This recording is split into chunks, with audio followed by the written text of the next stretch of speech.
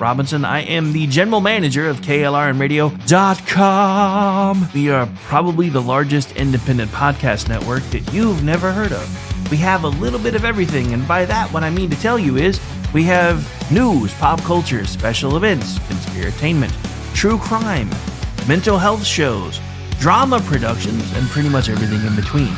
So if you're looking for a new podcast home to grab a little bit of everything that you love all in one place, come check us out. You can find us on X under @KLRNradio. You can find us on our Rumble and our YouTube channels under the same names.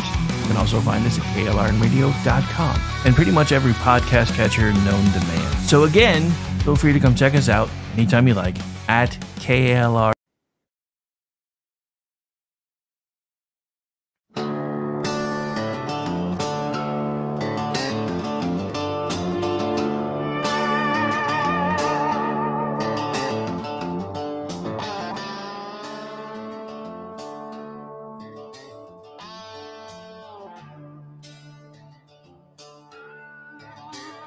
They shut the lights down in the city, say the system's on the ropes, while the same hands that broke it hold your paycheck and your hopes.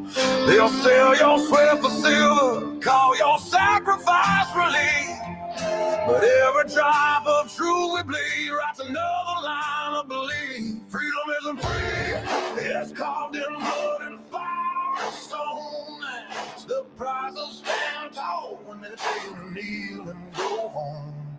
They can lock up every promise, tax the air we breathe, but they'll never change the hearts of those who still believe. 'Cause freedom isn't free.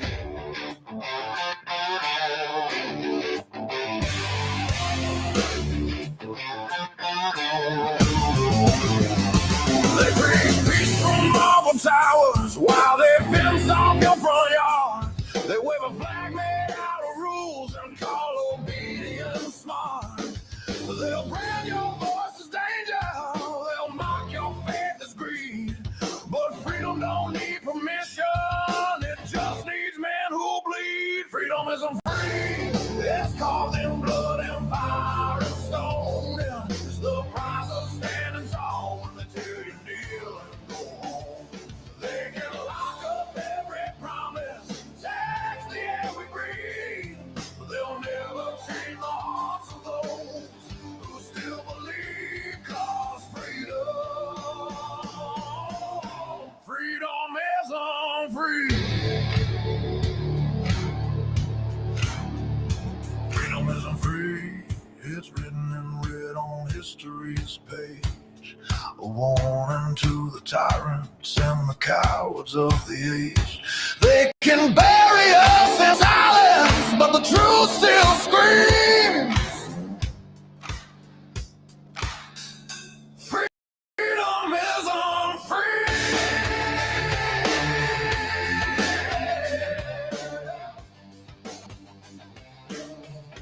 Freedom isn't free.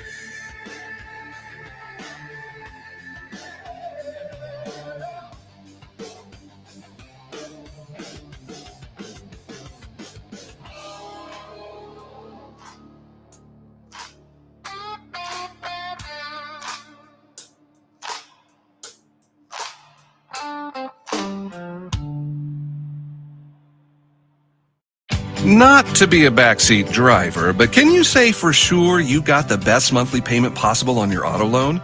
Could it be that you might have gotten a better deal by shopping the loan at a few places and have a lower car payment? Next time, before you go car shopping, visit Communication Federal Credit Union first. Our auto loan experts will find you a perfect loan and get you the lowest monthly payment we can. Communication Federal, your auto loan experts. Restrictions apply. Federally insured by NCUA.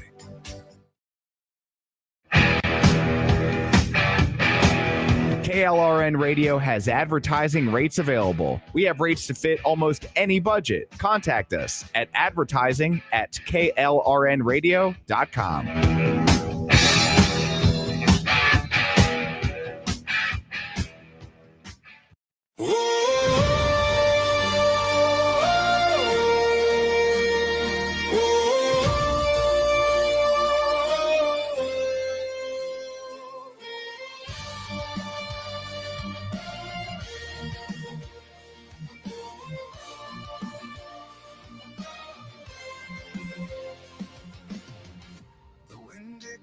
rise through the broken hills, a voice of love that never stills. Grace flows down like healing stream, breaking chains and mending dreams. Boundless mercy, endless light, guiding me through the darkest night. Boundless mercy sets me free. Grace unending carries me.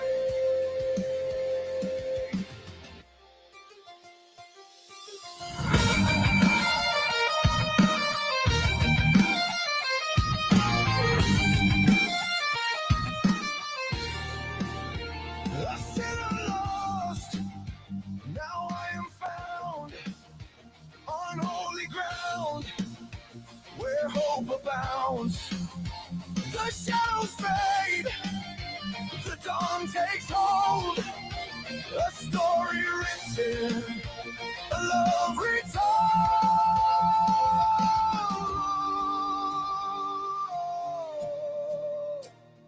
How it burns, this sacred flame, calling my soul, whispering my name. Boundless mercy, endless light, guiding me through the darkest night. Boundless mercy sets me free. Grace unending carries me.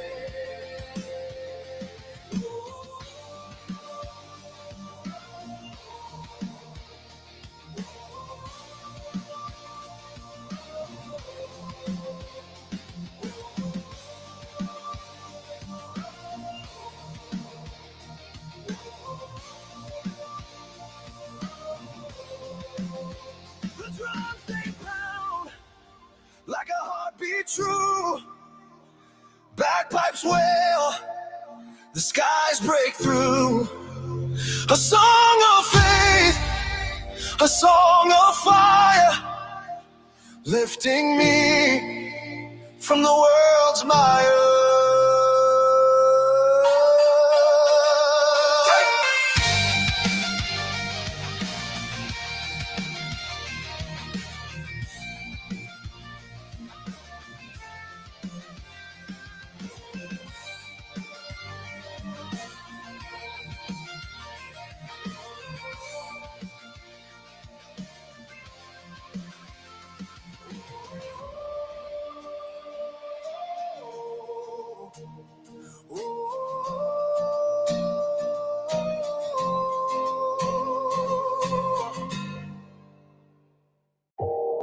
You are listening to KLRN Radio, where liberty and reason still reign. The following program contains coarse language and adult themes. Listener discretion is advised.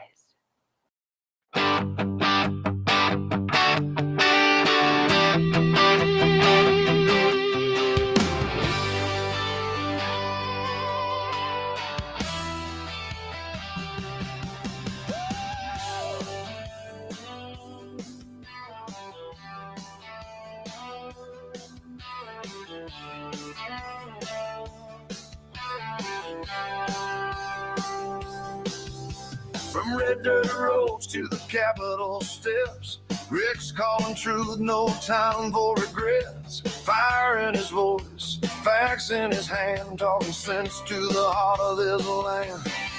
It's the Rick Robinson Show, where the truth rides high. No spin, no script, just an eagle in the sky. From D.C. to Tulsa, he's caught it out. Mic in his hand, yeah, he's got the clout.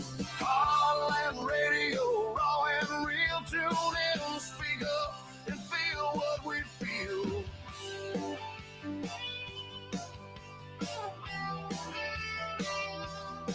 He's breaking down the noise, cutting through the lies, shining light where the shadow hides. The guests in the mix and callers on cue. He's a voice for the many, not the few. Grab your coffee, raise that flag, stand your ground, never wave that rag. News with a backbone, voice of the free. Rick's got the pulse of liberty. It's a Rick Robinson show, bold, unafraid. Truth bombs drop in a red state parade. From the plains to the power, he's speaking it loud with a mic and a mission that makes us proud. Talk for the people, talk that's real. The Rick Robinson show, where we say what we feel. Uh-oh, guess what day it is? Guess what day it is? Huh? Anybody? It is Wednesday, my dudes.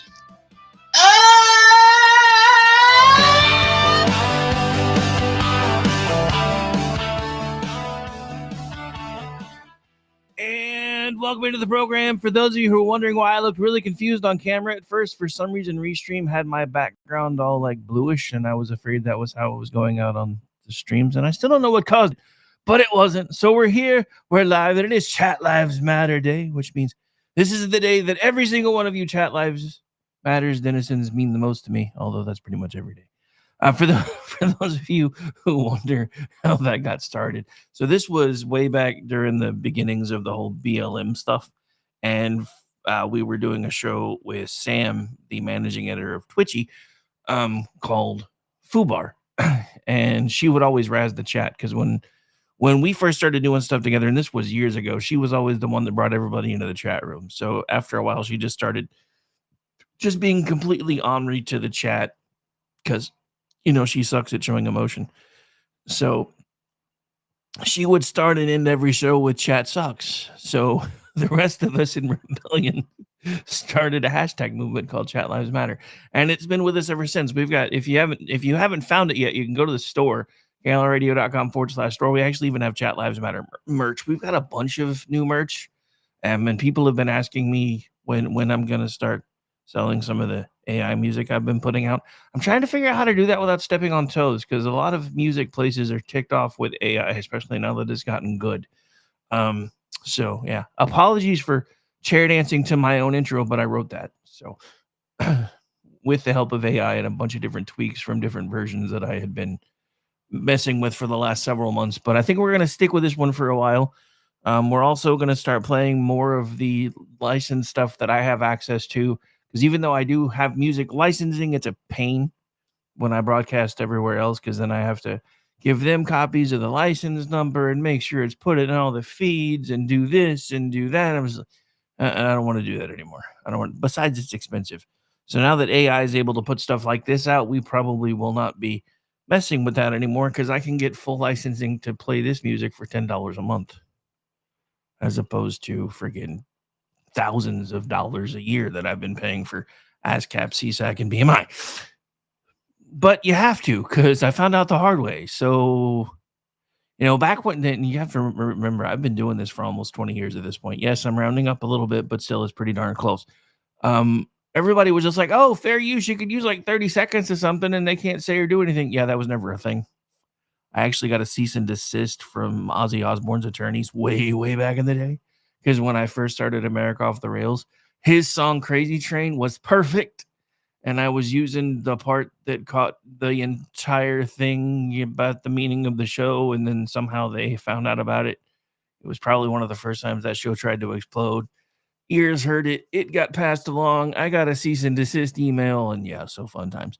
But yes, we have broadcast rights. I will slowly start moving away from some of that stuff for most of us, especially for those of us that go out across multiple platforms, which is why you're starting to hear less of the actual, you know, current rock catalog that I have access to and more of our own stuff. By the way, Freedom Isn't Free is also one of the ones I just put out. I'm working on another one. And the other one is Boundless Mercy. Yeah, I wrote that one too. So anyway, I like that one. That kind of feels a little bit like a Daughtry song mixed with Christian rock. I didn't know how I would feel about it, because you have to I can't write music, but I can tell AI what I want without having to write sheet music. And it usually takes a few tweaks, but we get it there. And I'm that one. I like that one a lot. Like the part when you can just imagine him on stage rocking out while the bagpipes are going nuts. Yeah, I like that. Anyway, sorry, I'm kind of all over the place this morning. It was a late night. I was up on the Manorama panel till after 11, got show notes put together, got the stuff put out for the different newsletters that I'm starting to produce for the different shows. You can find anything politically related for the shows. You'll find under my Substack, Rick's Rants. That's where show notes for America Off the Rails and the Rick Robinson Show are going to start going. So you can go find that if you want and subscribe to it. It'll kind of give you a Cliff Notes version of the notes we use, sources that we pull, so you can go back through and read through them if you want. There's also a newsletter for Kingdom and Country now called the Kingdom and Country Dispatch. That one will have show notes for the series that we do. I've also made an executive decision because of how our programming calendar works. We'll be doing a King and Country every other Wednesday night at 7 p.m. Eastern. I've decided that one's going to be a Bible study night. We're going to save the heavier theme topics for Sundays. And then we're just going to do a kind of a get together and talk about different scriptures and stuff like that. So that is one where chat feedback would be awesome. On the scripted stuff, the more thought out stuff, you guys can still throw your feedback, but I'm usually pretty heavily in notes on those. For this one, it'll be more of kind of like a pitch and catch. Kind of like the whole, more informal Wednesday night service. That's kind of where I'm going with that. So that was an executive decision I just made this morning. So I'm about to start putting that together once we get done with this one. Again, want to thank you guys for taking the time to hang out with us. We absolutely are killing it on X. We are hitting anywhere between 1,000 to 1,500 people a day, depending on the number of shows that we do hanging out with us. It's usually about an average of 300 an hour, but since that's a movie theater and a half, I will take it. And I'm sure as we get more consistent and keep tightening things down and building things up, it will probably get even better. For those of you who may not have noticed yet, you can actually see my face a little bit more. Some of you were sad about that. Keep it to yourself. I did warn you guys years ago, though, that I have a face made for radio. Nobody wanted to listen to me. You have to start doing video, Rick. It's the only way you're ever going to get noticed. I'll get noticed, all right, for having, one headlight. Anyway, sorry. Yes, I know I could get it fixed with a surgery, but if you know how many times I almost died on the table during various different surgeries, you would understand why I just don't really care. At some point, I'll just start wearing an eye patch, probably. And open every show with "our mateys." I'm kidding, mostly. All right. So that was a weird intro event, but let's run with it anyway. Did I mention I'm sleep deprived, which is probably why things are being a little weird? That, and I honestly got thrown off when my entire display was blue. I was like, what is going on? Because, yeah, there's been some weird things. Like last night in pre-show for the Manorama folks, it took me until like the third person mentioned that I sounded funny to realize that my mic was default set to the webcam mic, not my actual studio mic. And I'm like, I don't get it. I was like, oh, yeah, I forgot. This one has a microphone. Oh, yeah, so I need to fix that. Oh, which is awesome that it kind of does have a microphone, because at some point I may start doing maybe a more news style format. But for that, I'm going to figure out how to get a lav mic tied in and an earpiece. So I'm not that way on the news style programs. I can get the mic and stuff out of the way. Working on that too over at the Digital Beacon side, but I want to get KLRN locked in as much as I can. I guess knocked in depends or works too, depending on how stubborn you want to be about it. All right, so let's take a look at what's going on around the news cycle. So, of course, we're in day 15 of the shutdown. First things first, they took another vote. Here it is, right here on the screen.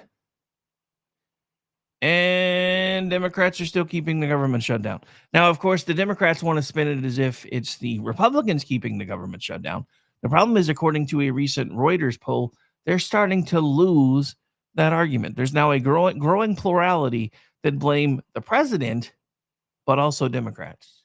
So the folks that just can't let Trump go and Trump has to be the bad guy about everything, they're still blaming Trump. The rest of America is starting to figure out this is honestly the Democrats' fault, which is funny when you think about it, because that was their entire framing. And you remember Chuck Schumer just a few days ago, the longer this goes on, the better it looks for us, except for Donald Trump keeps finding ways to get things paid for to try to mitigate the sting a little bit, at least for our troops. He's now, and we'll be getting into this a little in just a few minutes, he's now looking at programs to cut, which should have all the Democrats nervous, but for some reason they're not. Again, I can't help but wonder if they are not secretly MAGA themselves and just trying to break away from the crazies in their party, because I just don't really understand exactly what's going on. All right, so again, I can't really give her credit for it because a lot of folks are calling it, but this is from Amy Curtis's recent Townhall angle about the Townhall article about the Schumer shutdown, or as I call it, the Schumer shakedown. She wrote that Senate Democrats have now blocked 3 different House continuing resolutions, each one cleaner than the last, all to hold the line for Ukraine funding and climate spending. So while headlines say Republicans stall, the roll call shows Democrats refused 3 times. That's not a stalemate. That's a strategy. And the numbers are again starting to turn. According to Rasmussen, only 28% now blame House Republicans for the shutdown. The rest point the finger at Schumer and the White House.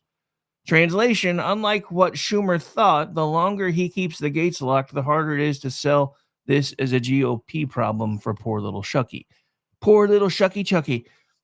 Agencies are still dark. IRS refunds are all stalled. FAA controllers are going unpaid. National parks closed in waves. Schumer's holding the purse strings, and Trump's reaching for the scissors. See what I did there? All right. So, again, we're going to get the full list by Friday, but Trump is starting to set his sights on taking some scissors to Democrat programs. President Trump says if Congress won't open the government, he'll just shrink it. Reuters confirms he plans to release a list on Friday of Democrat-aligned programs to shut down things permanently. His quote, "We're closing up programs we never wanted to see in the first place, and they're not coming back." So again, on the Senate floor, the Democrats are busy playing a game of rock, paper, scissors, and while they're insisting on more paper, Trump is taking to the scissors. Now, in a second, we're going to take things local and explain what some of this means for the folks that may be in Oklahoma. But before we get to that, we still got to talk about what's going on in D.C. So in the clown show known as Washington, D.C., the Democrats actually tried to storm the castle. No, not really. They did try to storm Mike Johnson's office, though. So Democrats attempted to storm House Speaker Mike Johnson's office on Tuesday evening, with one representative accusing a police officer who stepped in to stop them. I'm sorry, accosting, not accusing. The mostly female members marched through the halls of the Capitol building holding signs reading "Swear her in" while chanting the same phrase. That's a reference to Adelita Girava, who recently won a special election in Arizona. Johnson has understandably refused to move forward with seating Giralva. Sorry, I may learn to say that eventually. I may not. As long as Democrats continue to keep the government shut down. On that front, an 8th attempt to pass a Republican-backed clean continuing resolution failed the Senate just hours prior. Still, the Democrats gathered the cameras because this was nothing but a lame photo op and tried to force their way into Johnson's office anyway, apparently not seeing the irony in their demand. I know people that went to jail for months for doing that. Anybody remember that? Anyway.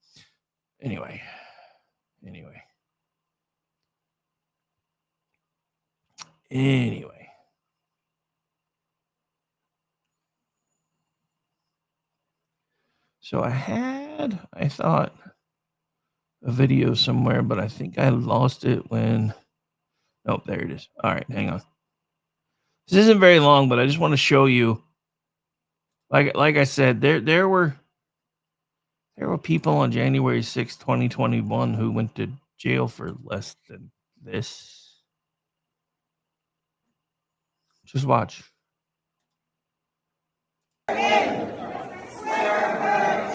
Now, there's no audio, unfortunately, but you can look.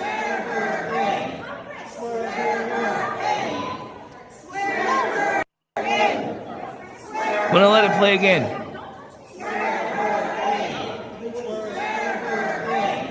I mean, unfortunately, we can't really hit them with obstructing official proceedings charges since the government shut down. So I can kind of understand why that didn't happen in this instance, but still. Sorry guys, I just realized for some reason I don't have the chat up on the main screen. Let me fix that.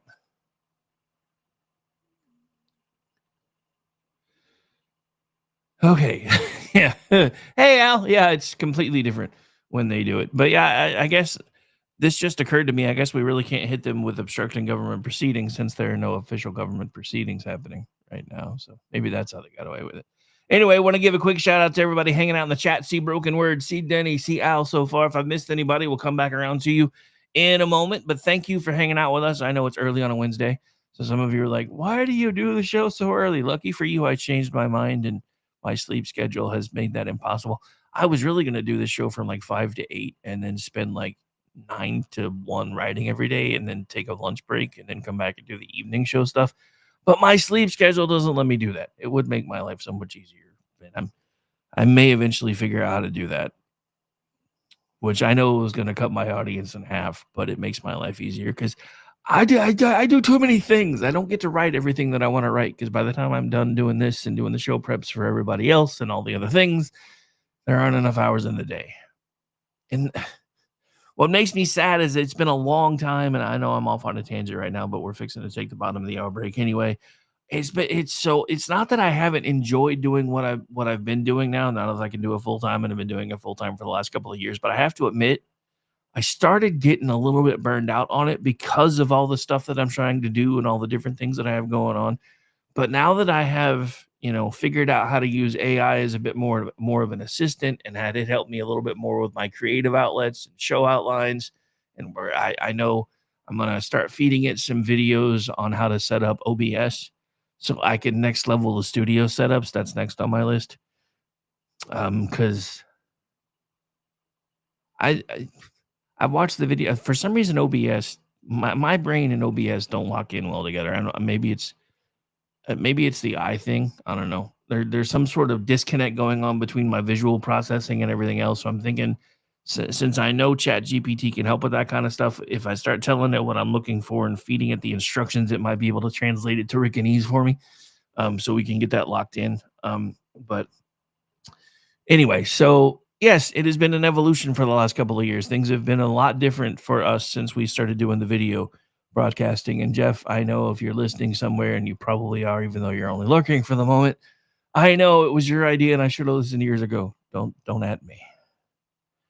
Don't at me. But look, back to this stuff. I mean, this is an absolute clown show, and they're losing. They don't even realize that they're starting to lose.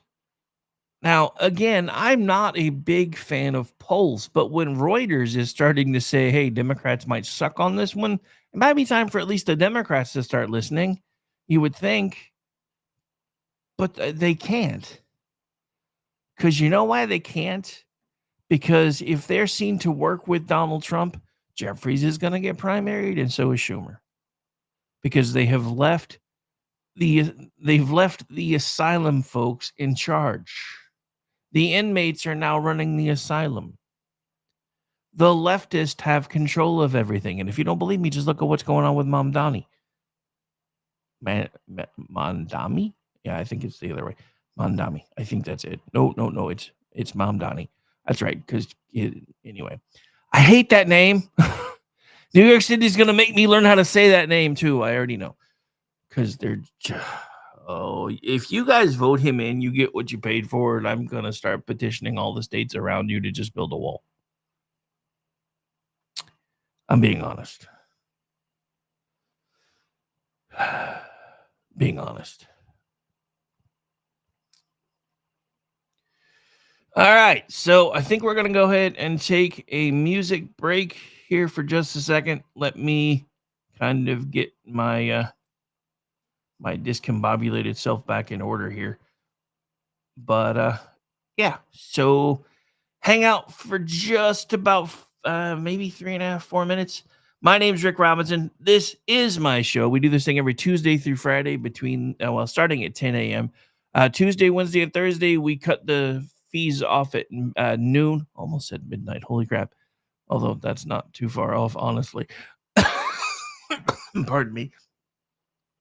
And then Friday, we do a 3-hour show because we do the weekend news roundup with Brad Slager from Townhall, Red State, right here at KLRM Radio, and any other newsy types that might want to hang out with us for the hour.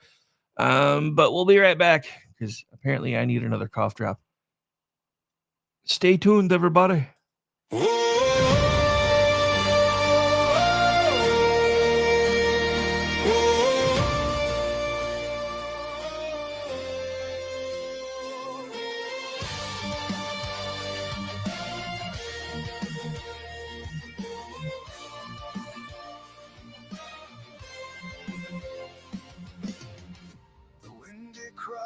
Through the broken hills, a voice of love that never stills. Grace flows down like healing stream, breaking chains and mending dreams. Boundless mercy, endless light, guiding me through the darkest night. Boundless mercy sets me free. Grace unending carries me.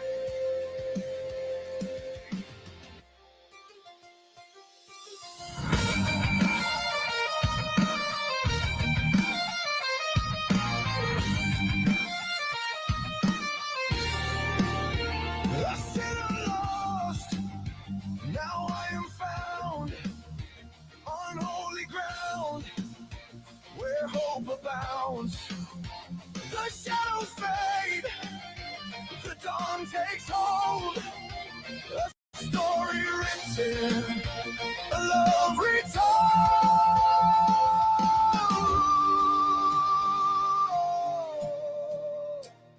How it burns, this sacred flame, calling my soul, whispering my name. Boundless mercy, endless light, guiding me through the darkest night. Boundless mercy sets me free. Grace unending carries me.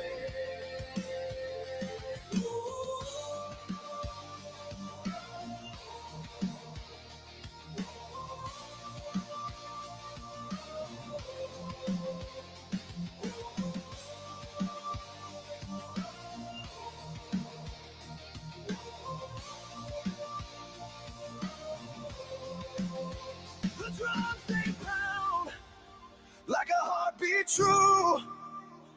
Bagpipes wail, the skies break through.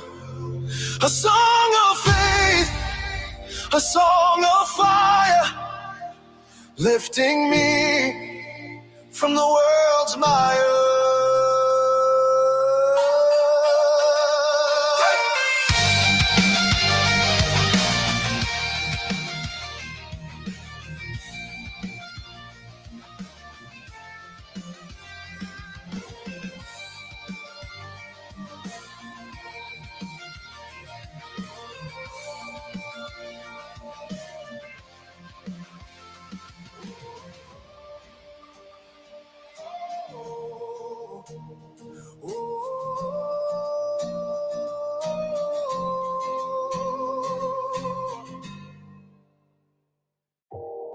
You are listening to KLRN Radio, where liberty and reason still reign. The following program contains coarse language and adult themes. Listener discretion is advised. Hey, it's may contain now. We're working on that around here. Anyway, welcome back into the program, ladies and gentlemen. And word, are you sure no hobos were harmed? You don't know. You don't know. Anyway, I'm being razzed by the chat from my AI songs, I think. But that's all right. That's all right. All right, so All right, so I told you guys after the break we were gonna discuss the whole impact to Oklahoma with all the shutdown stuff, and it is starting to be discussed what may happen next. Now, I had to do a lot of tweaking to get it to get the program that helps me with my notes to stop screaming the sky is falling. So the notes took a long time today. But I just wanted to be as upfront and honest with everybody as I can, because if this goes on any longer, there may actually start being impacts felt in Oklahoma, because there is the federal TRIO office in Washington, and that all of those folks have been laid off with a reduction in force. That's the crew that processes college prep grants nationwide. Oklahoma has 33 active TRIO projects and about 17,000 students. They're still running everything off of last year's appropriations, but renewals are frozen until someone in DC turns the lights back on. Add to that cuts to special ed and civil rights staff at the Department of Ed, furloughed, WIC funds ticking towards exhaustion, and OU and OSU research grants in limbo. And this may start being felt locally here. But here's the problem. Anytime, and this is when I have to be completely honest with you. Anytime we start trying to make changes for the better, there is going to be pain. Think about this from the perspective of your own body. When you have been too sedentary for a while, and you get up and you start deciding you're going to be more active again, even if it just means walking around the block, how much do those first few steps suck every single time until you get back into a rhythm? How much worse is it every time when you decide, okay, so I've done the block now for 2 weeks, let's go up to 2 blocks, and then 3 blocks, and then 4 blocks. And every single time you keep thinking, I can't add any more to this, but you're actually helping yourself in the long run. Trust me, this is a fat kid talking who has been working on this same stuff myself at every opportunity when I'm not stuck at my desk for 12 hours a day. But government and funding is the same way. If we're going to get serious about decentralizing our education again, that means we got to start cutting off the federal spigot. There's going to be some detoxification going on, folks. If Donald Trump actually does what a lot of us sent him to DC to do, which is to break up the monster, to slay the Leviathan, there's going to be some detoxification. And there's going to be a lot of people screaming and yelling about how we need this funding back and we need that funding back. But that's just it. You're talking about money that's being funneled out of every single state into federal coffers just to be redistributed to the states again. What is the point in that? How is it that we don't seem to understand that education is not a cookie cutter approach? With today's technology, with the tests that we can run, with the different ways that we understand how people learn, we should be putting schools together that are tailored to how specific children learn, so that they're not just stuck. And I know this from experience. My oldest son absolutely hated school. Hated it. He's always been a kid that enjoyed learning with his hands more than by reading a book. But I didn't have a choice. And as a matter of fact, before he wound up going to live with his aunt, because he did when he was 15 years old, we were going through a truancy problem with him. We started trying to teach him a lesson because we kept getting phone calls that he was skipping school. So we made him go to court. The judge put us on the hook for it. We're like, Your Honor, we're trying to teach this kid that he has to go to school, and all you're doing is telling us we have to pay a fine. That doesn't help anybody. But you know what happened? So he drops out, moves in with his aunt. We go through the process to provide paperwork to the school saying that, he's living with her. She's got temporary, rights to do this, and this. And dude at, I think, 16. Well, no, because they wouldn't let him take it yet. But at 18, as soon as he was able to take it, he took his GED and aced it. So it wasn't that he didn't understand it. It wasn't that he wasn't smart enough to do the work. He just didn't care because he already knew he could do the work. We have got to change how we teach our children because if nothing else, what COVID has shown me, and this is only from me hearing about it from my kids who have kids now, the schools are terrible. I mean, they're not as bad here. My granddaughter goes to a school from a tiny little town about 4 miles north of us. And they have small class sizes and they have good curriculum and the teachers actually give a damn. But some of these city schools, man, they're just diploma mills. And it's happening everywhere. And all we keep being told is we have to throw more money at the problem. We have to throw more money at the problem. We have to throw more money at the problem. But just like we're going to be talking about later in the program, money doesn't always work. Money doesn't always work. All right. So because I went super long and winded for the weird windy road monologue that I did, I got 2 live reads I got to do to get them out of the way. So first, I want to talk to you about our friends over at Freedom Chat. So if you've been paying attention to that Political article that broke with all these, the text messages that supposedly came from young Republicans, but they don't seem to cite anywhere where they actually came from. It's just a bunch of screen grabs. With AI the way it is today, do you really trust that? I don't. Look, if it's true, they never should have said those things. But also after reading through them, I can kind of see where probably 99.9% of them were kids being sarcastic. Because the Democrats don't have a sense of humor.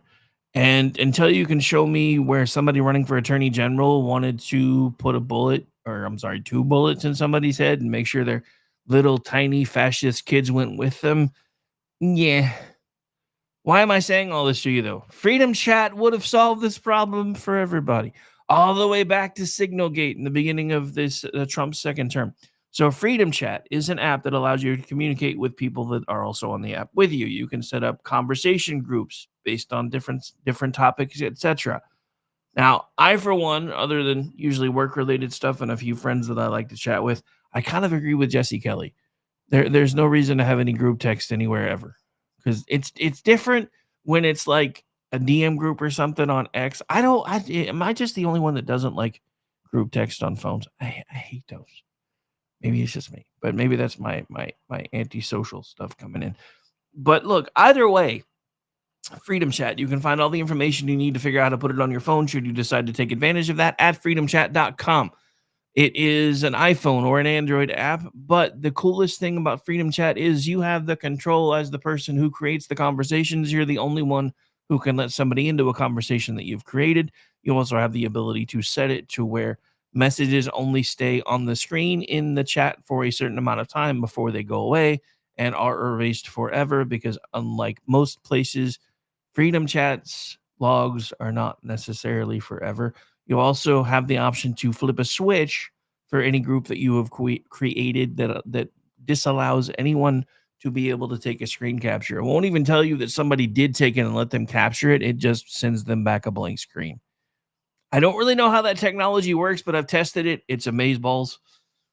I am the person that's created some of these conversations that I'm in, and I can't even take a screenshot. I've tried because I wanted to test it.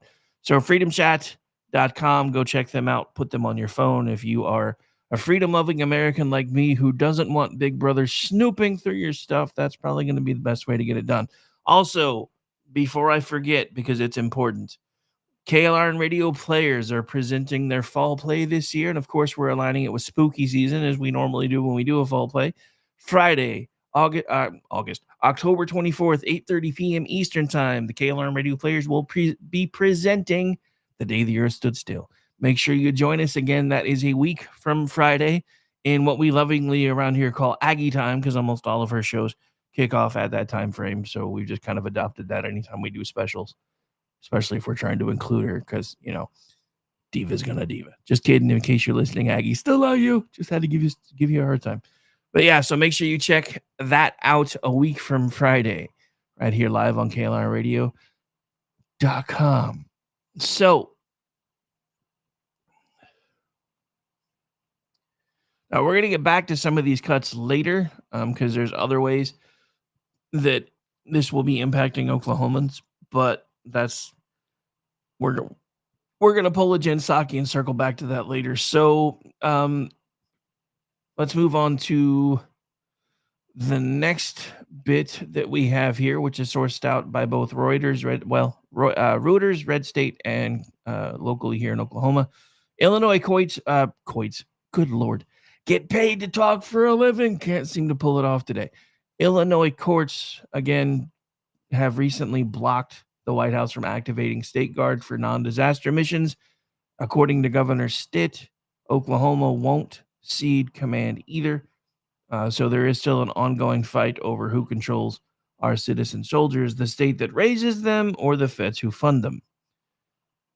So that's actually a pretty good question. But again, look, I've said this before. I am not in 100% agreement with Donald Trump on this whole spinning up the state guard stuff. I understand why he did what he did in D.C. D.C. is a special case. It is technically a federal territory. He can do that, and there's not much anybody can do to stop him as long as he keeps it within certain guardrails. My problem with him trying to spin troops up into blue cities and blue states where the governors and the mayors don't want in there, I don't really care about the mayors. It's the governors that are the issue. And there was an optical way to fix this, and I really wish somebody that had his ear would have pointed it out. You have red states that have blue city problems. Get permission from those governors to tackle those blue city problems. Even if you're only able to get one or two governors to give you permission, that still allows you to go in and start cleaning up some of the same issues that are happening. Like we're seeing this happen in Tennessee. Tennessee is a red state with a blue city problem. If he focused there, even if he only started with one or two test cases, he would have had, and I talked about this yesterday, all the blue city kids in blue states with their windows pressed up against the glass going, hey, mommy, I want some of that. Why do we not have any of that here?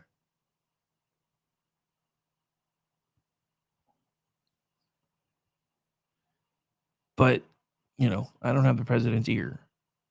And I mean, like, again, even in term one, Amish and I, well, mainly Amish, started it. I just kind of ran with it. Started calling him the Leslie Nielsen of presidents because even if he backed into it sideways, sometimes it seemed like he didn't even really know what he was doing, but it seemed to work for him anyway. This time he's much more on task, much more on target, and he's doing a much better job. He's actually got control of the agencies this time instead of relying on the people that were already in place underneath him before, which is why I laugh at all the people when when Trump starts talking about the fact that there were FBI agents placed in the crowd on January 6th. And they're like, but it was your FBI. Yeah, but it wasn't his administrative staff. We talked about this early on in the Trump administration. There was this mid-level bureaucracy barrier that is the exact definition of the deep state, which is a bunch of people that are high enough in position that they have access to power and influence and low enough in position that they've been staying under the radar. They were the ones that were given permanent hiring status. There was a specific tag they used for it at the time that was uncovered shortly after Trump was elected, and I can't remember what that is, and I don't have it in my notes. But those were basically the mid-wit bureaucrat pushers who were telling everybody, just do what your supervisors tell you to do. Don't pay any attention to the dude at the White House. They were resisting him the entire time. He just didn't know. Because he was naive the first time. He's like, I won. I should get to do what I want. These people should fall in line behind me, except they didn't. They continued to try to take him out. They continued to try to basically get his administration to run off the rails. And they pretty well successfully did it the first time with all the impeachments and everything else. This is why he has taken a much more heavy-handed approach to FBI, DOJ, and everything else this time because of what they put him through the first time. And it's working for him. Even the media is having to start basically conceding the fact that his stuff is working. We can't really see it right now because of the shutdown, but last I heard, right before the shutdown, they were saying GDP was 4% or in the neighborhood of 4%. Assuming that number is anywhere near accurate, when is the last time you remember being told that our GDP was above 1.92%? That's a big deal. we're back to strengthening the dollar, albeit slowly instead of trying to weaken it. I mean, there isn't a quick way to strengthen it because it would rip everything apart if we just automatically reattach to some sort of tangible asset. I don't know if we're ever going to be able to get back to that, but we can at least stop the depreciation. And Donald Trump is doing a pretty good job of that right now. We've also got the meeting coming up with China later this month, assuming it still happens, because China is suddenly feeling a little bit froggy. Let me explain to you why China's feeling a little bit froggy, though, because they haven't been telling us the truth for a very long time. Their population has been about a third smaller than what they reported ever since they started doing the only one child per household thing. Because the other weird thing about Chinese culture, they prefer boys. Now, I get it. Americans were the same way too, but we didn't murder our daughters just to get sons. They did, because if they're only allowed one, they abort the girl as soon as they know it's a girl and then wait for a boy to pop out. Then there's this. COVID hit them a lot harder than they wanted anybody to believe, or they're still willing to admit, and not even including the people that they welded into their homes with their metal doors and just welded them shut until they expired. China's in trouble. From different experts that I've been looking at, they have about 10 years on the map. If they don't find a way to inject some, fresh DNA into their population, they're done in a decade. This is why they're starting to eye expansion again. Because, the little island that they're eyeing is full of Chinese DNA. Guess what's happening with Russia and Ukraine? This is something else nobody's really ever talked about except for Stacey. I saw Stacey write about it all the time back when she was with PJ Media. Russia tried to absorb the parts of Ukraine that were ethnically Russian because they're in the same boat. Now that they've lost hundreds of thousands of troops per year for the last couple of years, they're in even worse shape. This is, again, why Putin is feeling a little bit froggy. They are on the verge of collapse. What happens when civilizations are on the verge of collapse? They either go the way of the dodo or they lash out and start trying to expand to territories around them to try to hang on for survival. Donald Trump has done a lot to bring peace back to the world stage. Donald Trump has done a lot to put America back out leading in front again instead of this weird lead from behind philosophy that both Biden and Obama seem to favor, which I never really have understood. But,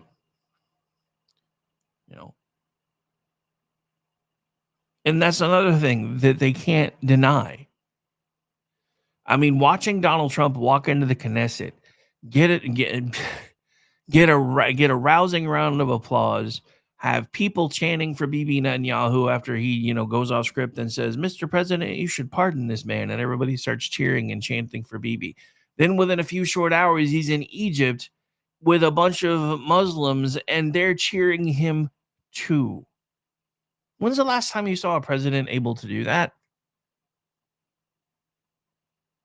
I don't remember this ever happening. Now, granted, when Reagan was in office, I was a kid, so I wasn't paying that much attention yet. So I may not be giving him enough credit because something similar may have happened during his time frame. I don't really know. But Bush 41, Clinton 43, 44. I never saw any of this stuff. You know where I saw it the first time? 45. You know where I'm seeing it again? 47. Same guy. The Democrats and the media pundits like to tell you, well, he says he's this great deal maker, but why won't he make a deal with the Democrats on the shutdown? Because they want $1.4 trillion of your money back. They have literally shut the government down. They're holding it hostage, and they've walked in to the Oval Office and said, "Hey, Mr. President, it's a nice little government and some nice upswings you got going. Be ashamed if something happened to them. Be ashamed. It'd be so sad if something happened to all the work that you've put in. All we need from you is $1.4 trillion, and we'll get out of your way for the next few weeks." In case you haven't noticed it, Donald Trump has kind of proven that, he's willing to negotiate with terrorists, but he takes a hard line with them. And again, going back to the rock, paper, scissors stuff that's being played out on the Senate floor right now, did they think he was bluffing? He's already sent out RIF notices. Did they think he was bluffing? He's told you he's going to go in and target some of the things that he identifies as some of the most socialist, abhorrent, Democratic-led programs ever and start turning people loose with scissors. All I can say to that is bring it. Let's go. This is what I voted for. So the Democrats have basically the next, 48-ish hours to get smart and pass the CR, or they're not going to recognize the government when he gets done with it. I don't know which one I'm voting for more, to watch them cave and realize they've lost, or to have them be stubborn, stick to it, and then to permanently lose. Because they will. If he manages to go in and gut all the things that they've secretly been using to fund all their outrage farms, they're done. So I don't know which one I want more. So that's my question to you guys as we get ready to take the top of the hour break. Which one do you want more? Watching the Democrats go hat in hand to the president like Obama did with the Republicans? Because they seem to forget this part. All of it. Why won't he negotiate with us? You know who tried to negotiate with Obama within weeks of them being sworn in? The Republicans. They went to the White House hat in hand. Mr. President, you won. We're ready to work with you. What can we do? I don't know if this is exactly how this played out, but this is how it played out in my head. Barack Obama sitting there behind the Resolute desk and basically putting his feet up on it because, him being that disrespectful, or imagine him being that disrespectful. And then basically saying, hey, boys, guess what? Elections have consequences, and I don't need your votes. My name's Rick Robinson. This is my show, Chat Lives Matter Day, right here live on KLM Radio. Don't forget, come back tonight starting at 7 p.m. Eastern for a special Wednesday edition that happens every 2 weeks of Kingdom and Country. For those 2-week episodes, we will be doing an extended Bible study session with all the verses of the day that I have put out throughout the week, because there's usually a theme, and we're going to be discussing that tonight. So I hope to see you guys there. Also, after that, we should have the Conservative Curmudgeon Radio Show, followed by Behind Enemy Lines Radio. I don't know if there's going to be a Rick and Ordy tonight. Amish is doing a Nevada run, so he may or may not be back in time. Once I know, you'll know.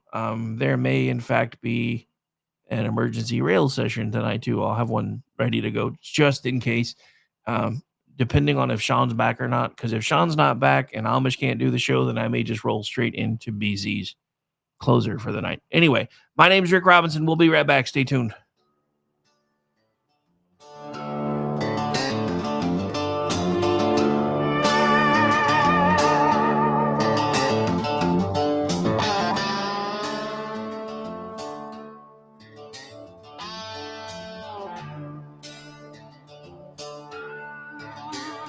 They shut the lights down in the city, say the system's on the ropes, while the same hands that broke it hold your paycheck in your hopes. They'll sell your sweat for silver, call your sacrifice relief, but every drop of truth we bleed writes another line of belief. Freedom isn't free, it's carved in blood and fire and stone. It's the price of stand tall when they pay to kneel and go home. They can lock up every promise, tax the air we breathe, but they'll never chain the hearts of those who still believe. Cause freedom isn't free.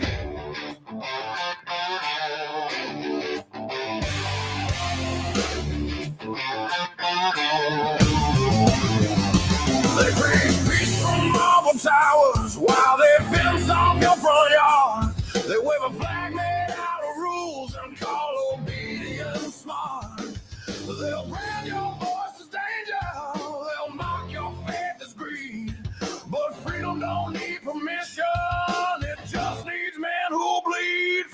I'm free. It's causing blood and fire and stone. It's the price of standing tall when they tell you kneel and go home. They can lock up every promise, tax the air we breathe, but they'll never change the hearts of those who still believe. 'Cause freedom is unfree. Freedom isn't free. It's written in red on history's page.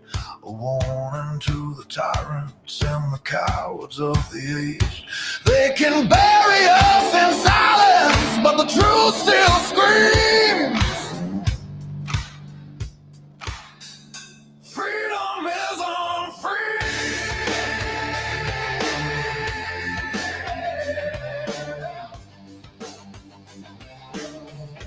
Freedom is unfree.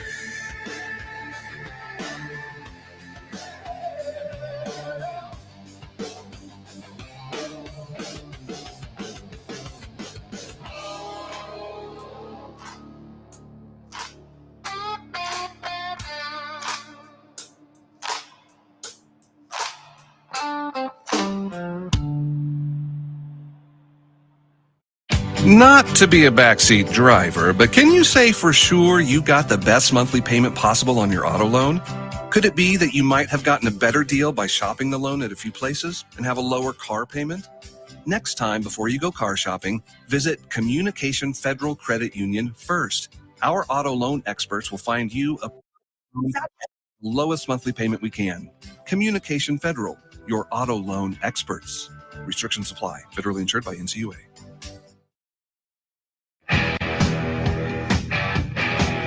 KLRN Radio has advertising rates available. We have rates to fit almost any budget. Contact us at advertising@klrnradio.com.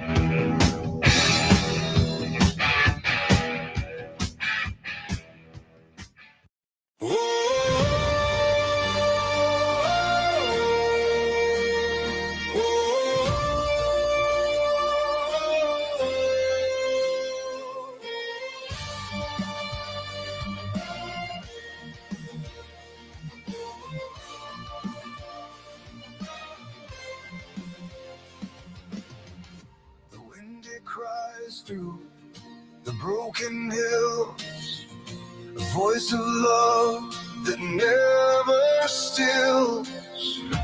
Grace flows down like healing stream, breaking chains and mending dreams. Boundless mercy, endless light, guiding me through the darkest night. Boundless mercy sets me free. Grace unending carries me.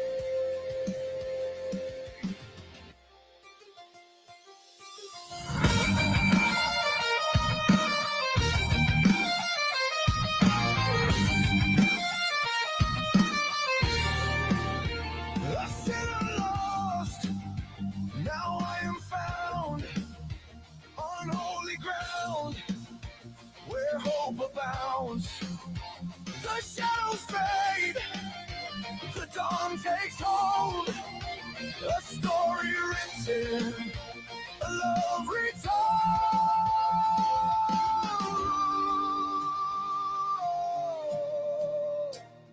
How it burns, this sacred flame, calling my soul, whispering my name. Boundless mercy, endless light, guiding me through the darkest night. Boundless mercy sets me free. Grace unending carries me.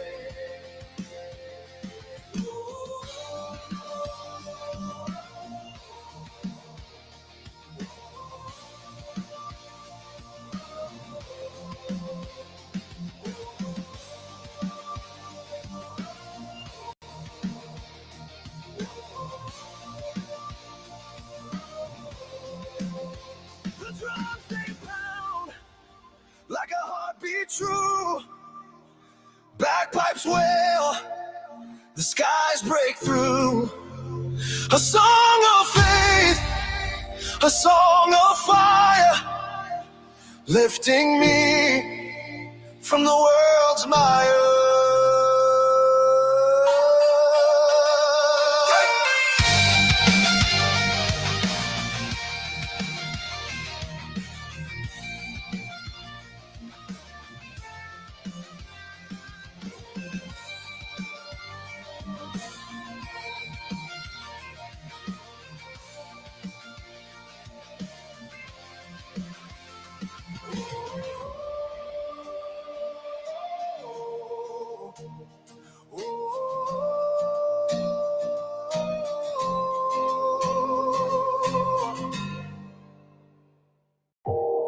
You are listening to KLRN Radio, where liberty and reason still reign. The following program contains coarse language and adult themes. Listener discretion is advised.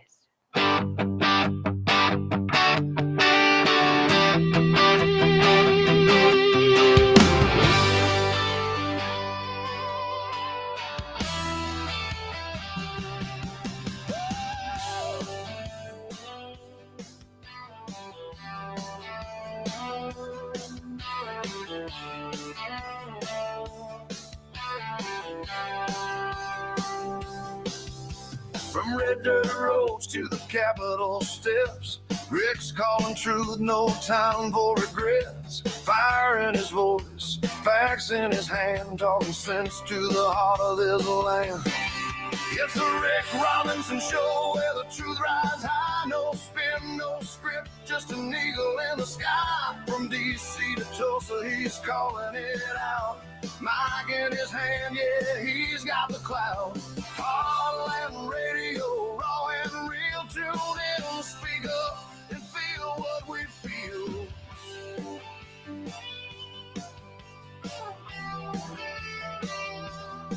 He's breaking down the noise, cutting through the lies, shining light where the shadow hides. Uh-oh, guess what day it is? Guess what day it is? Huh? Anybody? It is Wednesday, my dudes. Ground, never wave that rag. News with a backbone, voice of the free. Rick's got the pulse of liberty. It's the Rick Robinson Show, bold, unafraid. Truth bombs drop. And welcome back into the program, ladies and gentlemen. My name is Rick Robinson. This is my show, and it is Chat Lives Matter Day, right here live on KLRradio.com. One of our most full days of programming, one of the busiest days of my week. But I wouldn't have it in any other way. So hope you guys are enjoying the show so far today. And then don't forget to come back tonight, where we should hopefully have programming running until about midnight or 1 my time, depending on who all's available. Because crazy time. Yeah, so don't forget tonight's King and Country. We did just start a new series, but I've decided what I'm going to do for the every 2 weeks episodes is we're just going to take a break from this series and do a Bible study. So that way I don't have to keep having continuity issues. So, plus I've started to put out a day. Well, the idea was originally a weekly newsletter. I think it's going to start being a daily with verse of the day, kind of thoughts for the day kind of thing going out, usually about 5:30 every morning. And then that'll be where we pull the material for the Bible study on the every other Wednesday shows. And then we'll keep the theme running clear and straight and strong on Sundays. So anyway, all right. So enough about that. But well, as we're opening the show, we got to talk about this. So Charlie Kirk posthumously received the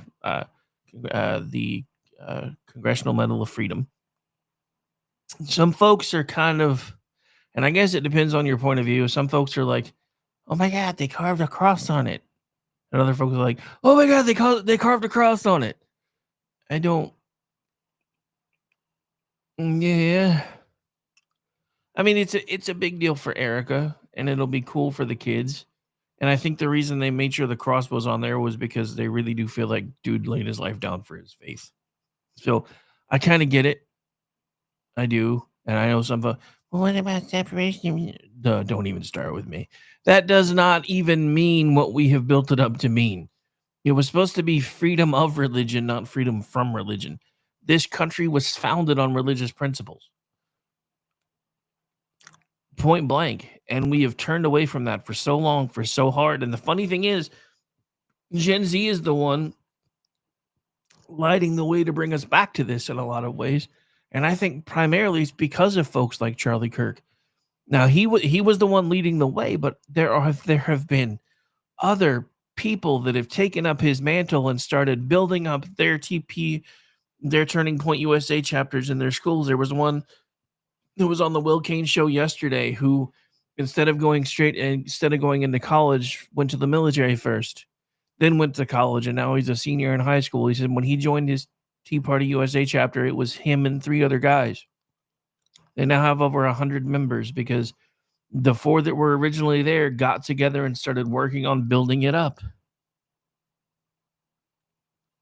Now, we're going to talk a little bit about this young Republican scandal in a little bit more detail because we brushed it on hour 1. We're going to get into it a bit deeper on hour 2. First with some of the hot takes from the media, which I've got one of those queued up right now. So give me just a second.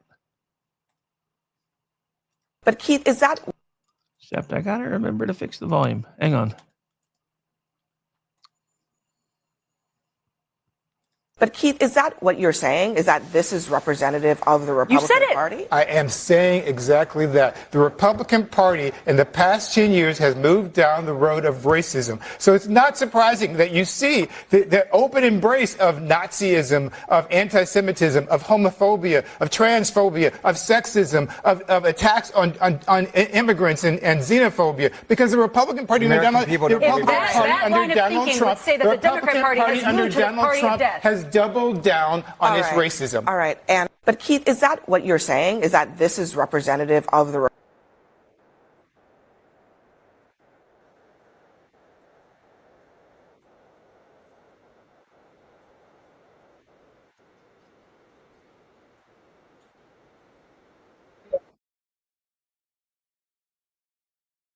right, sorry, I had a bit of a glitch going there, but is it my imagination or was dude mad?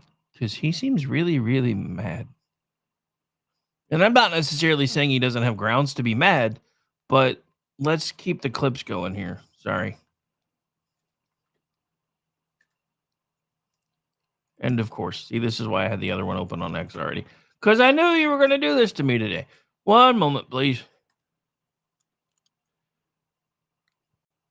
Do I have anybody willing to produce for like literal peanuts? Maybe some popcorn? Just kidding. The whole history of racism in the Republican Party started in 19... You guys had slavery. We were against it. Okay, let me The Democratic Party literally was a party of slavery. So let's not act like there's not a history. If you want to talk history, slavery is the Democratic Party. Why don't we just listen to you and tell us about black history?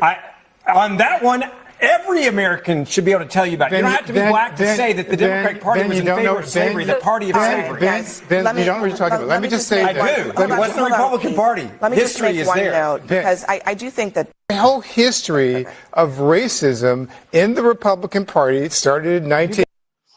All right. So there's a pretty heated back and forth. I'm going to say this again. I didn't see any names listed anywhere in any of those things. And I'm going to say this again. 1, black history and white history, same history. So let's talk about history, not color-coded history, because that's communism. I don't think you guys realize how much communism has actually seeped into this country. All these different check boxes they want to be able to have you check off so they can put you in specific categories. That is to divide us. That is to make us feel different than everybody else. That is step 1 in the communist playbook. Because, and Lincoln said it himself, a house divided against itself cannot stand. We didn't learn that lesson because we've just continued to allow ourselves, well, you're not white enough, you're not black enough, or oh my God, you're native. Dude, who cares? Were they born here? Are they citizens? Have they taken the oath? Then it doesn't matter. That we need to start focusing on the people that are in this country that are Americans and the people that are in this country that are not Americans. Then once we get that part figured out, we need to focus on the people that are here that are actually Americans who actually care about America, and then start looking at the people that are trying to destroy America. And I don't mean the left's version of destroy America, because again, remember, for the left, everything is opposite day. When they say the right wants to destroy America, what they're really saying is we want to destroy it, but they're stopping us. And that's just it, BZ. We are still trying to undo the damage from Barack Hussein Obama's 8 years in office. I was trying to say 2 terms and it didn't come out right, so I had to fix it on the fly. But that's just it. We went back to 1960s race relations overnight.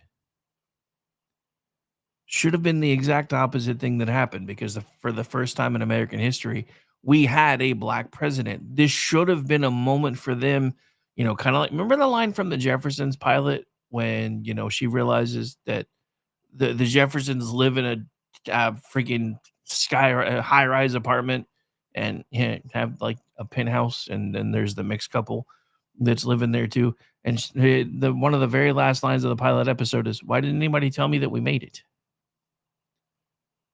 That was the 70s. How is it that from the late 70s, early 80s, all the way to 2009, we went backwards, all the way back to 1960s pre-riot race relations? How? And why did we allow it to happen? Because I grew up in a time where it didn't matter what the color of your skin was. Now, I'm not saying we didn't still have racism when I was a kid. My grandfather, God rest his soul, was a very racist individual, but he was born in a different time. I didn't recognize it as racism, though, because I was a child. There was an air of innocence. I've told you guys this story. I was 4 or 5 years old, I think. They had just opened the mall in Midwest City, and we were walking through Sears, and I'm walking hand in hand with my mom. And because I'd heard my grandpa say it, and because I'd heard my dad say it, and I knew who they were talking about, but I didn't know it was a bad thing. I was like, "Oh, look, mommy, a nigger." Yes, I said it, which is why I said it on air. I was 5 years old. I didn't know any better. I didn't know it was a bad word. I didn't know it was a racial slur. And as a matter of fact, if you look it up in the dictionary, it's not. We've made it a racial slur. When you give words power over you, you are giving away your agency. When you give labels power over you, you are giving away your agency. Why would you do that? In a country where you are allowed to be whatever you want to be, should you have the ability to be able to make that happen, when you can study whatever you want to study, especially today. That was one of the most astounding things for me with Charlie Kirk, is finding out that man pretty much took every single free course that Hillsdale College offered, was reading dozens of books a year, and still doing all the work that he was doing. You know what I figured out? Dude must not ever watch TV. I'm starting to think I need to adjust my approach a little bit and use TV for news sourcing only, and the rest of my time have my head buried in books and stuff like that. You can say the bigger word, BZ. It's fine. Everybody knows what it means now. I'll let you say it, though. Oh, anyway. Oh. But yeah, I mean, and in a lot of ways, I'm the same way. I mean, I went through high school and some college, but everything that I've learned, everything that I've taught myself how to do with this stuff, everything that I've learned mostly about history has been stuff that I've taught myself. And it's been going down a lot of different rabbit holes. Like if anybody in this country actually knew what Lincoln's real plan was for the black communities after the Civil War, he wouldn't be the hero that he is today. He didn't like them either. He was going to round them all up and ship them to their own country that he was creating for them.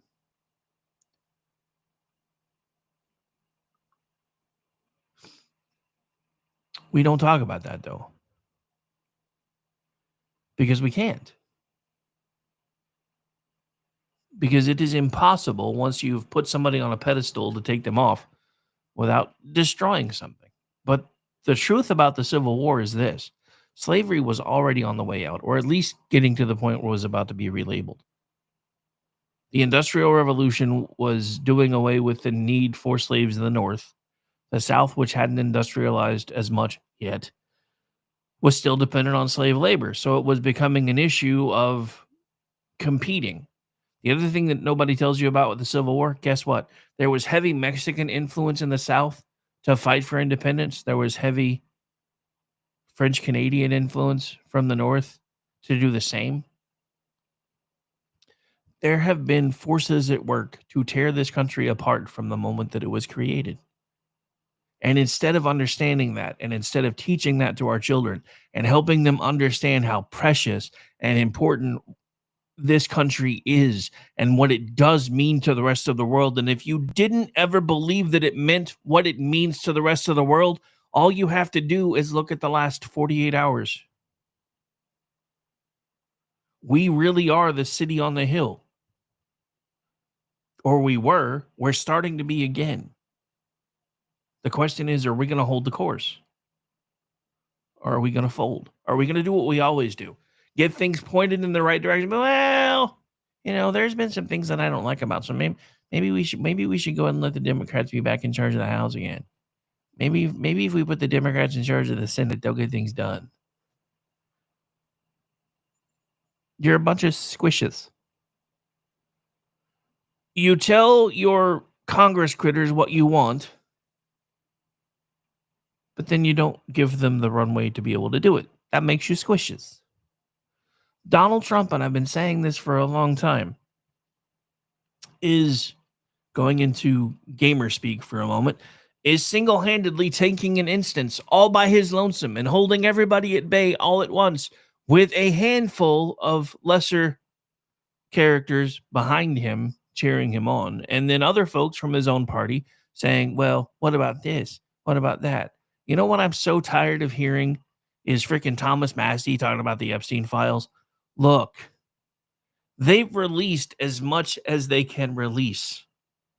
And the House doesn't have the authority to overturn a judge's seal.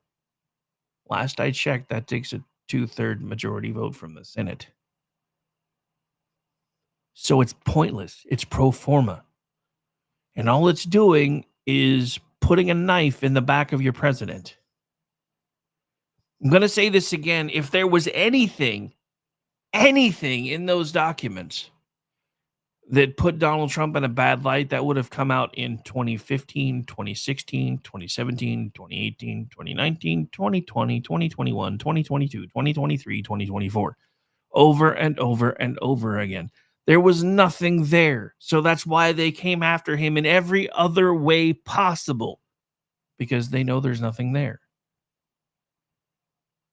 Now, the easiest way to put it to bed would be to release everything else that they can release, but the Democrats and now some House Republicans are pushing for grand jury testimony to be released. Do you realize what that's going to do? If people realize those things can be used later, made public later, do you know what that's going to do to our ability to get justice in this country? Have you thought about what that means? Because I've thought about what that means. Just throwing that out there. All right, so before we change gears, let's do this one more time. Let's talk about our friends over at Freedom Chat. Last time for the show, for those of you that, oh my God, he's doing it again. FreedomChat.com. Go check them out, especially if you like secure communications, if you like being in chats where people can't screen capture the crap and use it against you later. That's the best place for you to be. And if you're involved in any chats in Freedom Chat, please make sure you reach out to whoever's running a meeting. Hey, can you make sure that little button is pressed that says that nobody can do screen captures? Please and thank you. Again, mostly talking about muckety mucks and those in politics and news circles and everything else. That is a very handy feature to have because, again, Signalgate never would have happened if the administration was using Freedom Chat, because even though the press dude was invited in, it would have been really hard to get screen captures. I've already figured out a workaround. I'm not going to tell you what it is, though, because it probably still wouldn't turn out that great anyway. All right, let's see what other quick hits we have before we take the bottom of the hour break.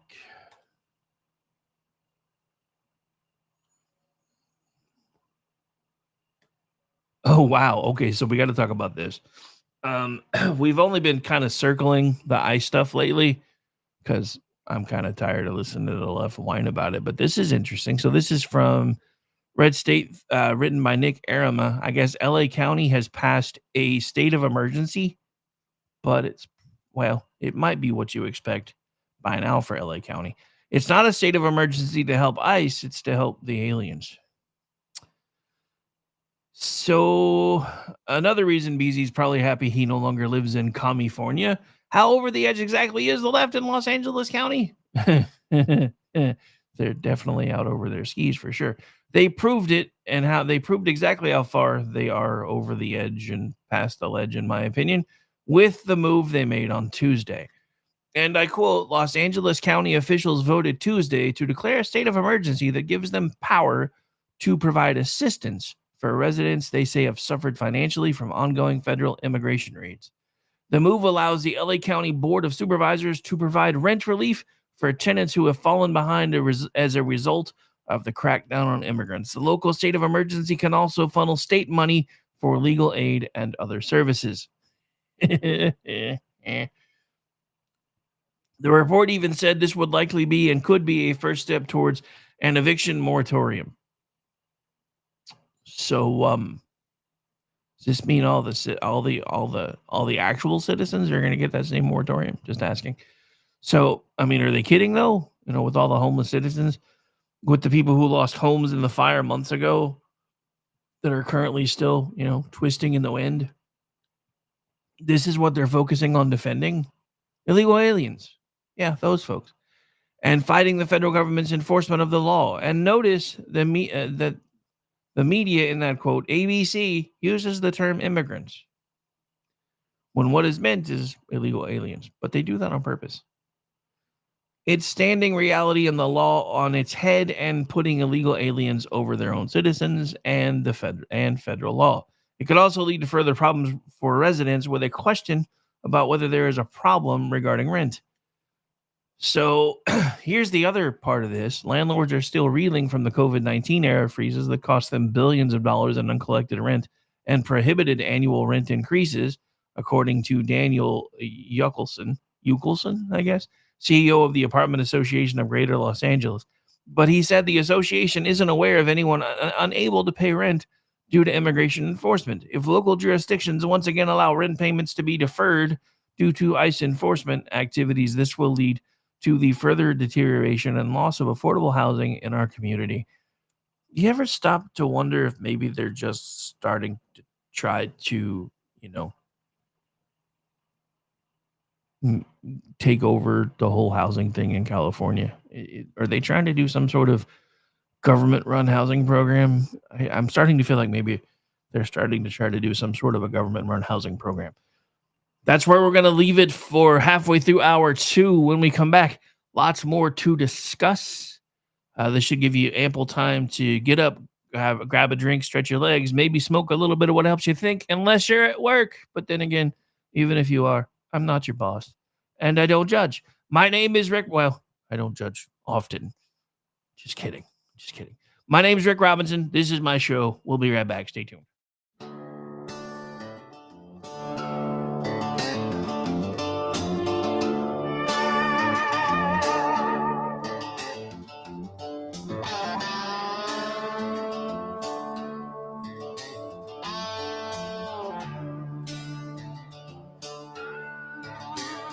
They shut the lights down in the city, say the system's on the ropes, while the same hands that broke it hold your paycheck in your hopes.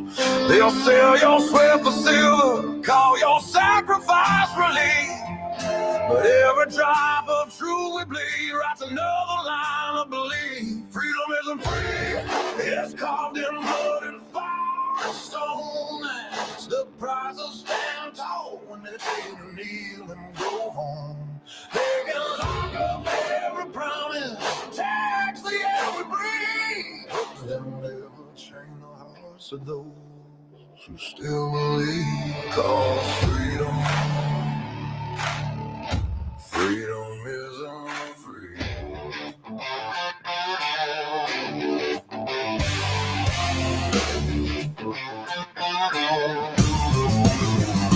They preach peace from marble towers while they fence off your front yard. They wave a flag made out of rules and call obedience smart. They'll brand your voice as danger, they'll mock your faith as greed. But freedom don't need permission, it just needs men who bleed. Freedom isn't free, it's carved in blood and fire and stone. It's the price of standing tall when they tell you kneel and go home. They can lock up every promise, tax the air we breathe, but they'll never change the hearts of those who still believe. 'Cause freedom isn't free. Freedom isn't free. It's written in red on history's page, a warning to the tyrants and the cowards of the age. They can bury us in silence, but the truth still screams. Freedom isn't free.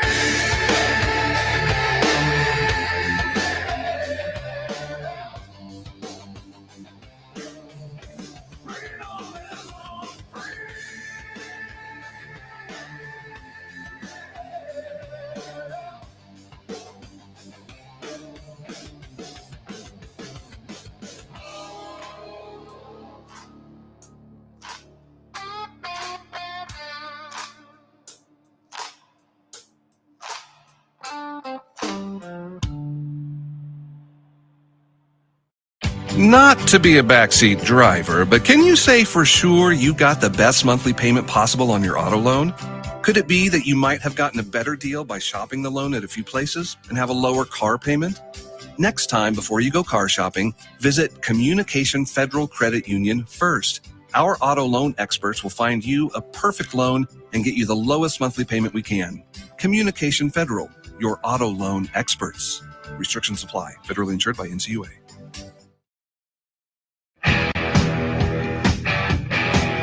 KLRN Radio has advertising rates available. We have rates to fit almost any budget. Contact us at advertising@klrnradio.com.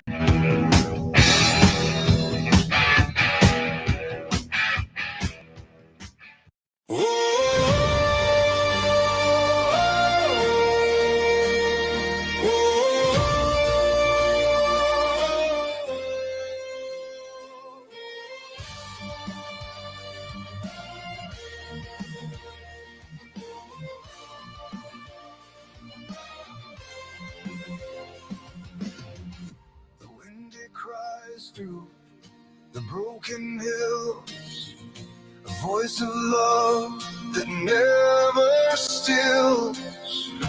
Grace flows down like healing stream, breaking chains and mending dreams. Boundless mercy, endless light, guiding me through the darkest night. Boundless mercy sets me free. Grace unending carries me.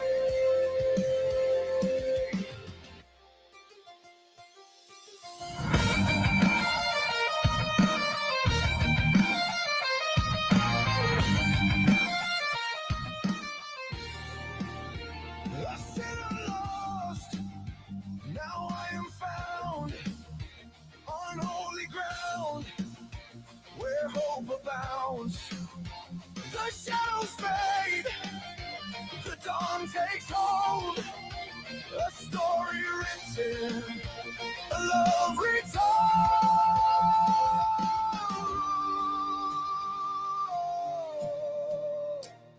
How it burns, this sacred flame, calling my soul,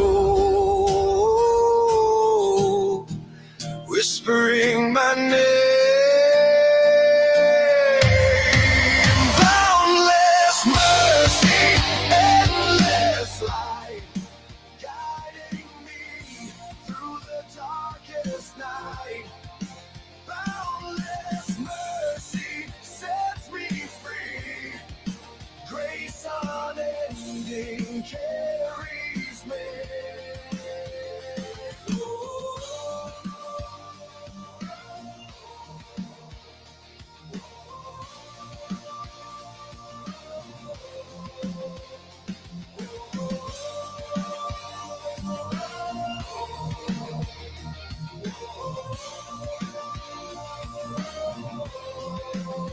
The drums they pound like a heartbeat true. Bagpipes wail, the skies break through.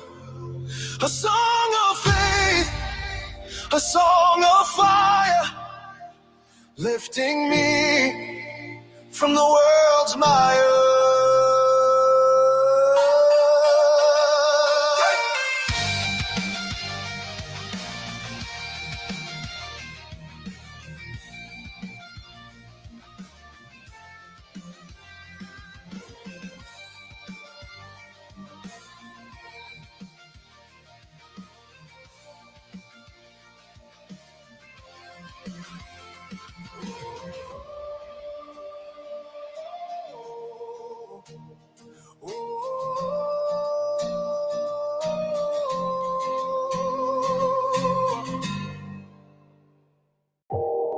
You are listening to KLRN Radio, where liberty and reason still reign.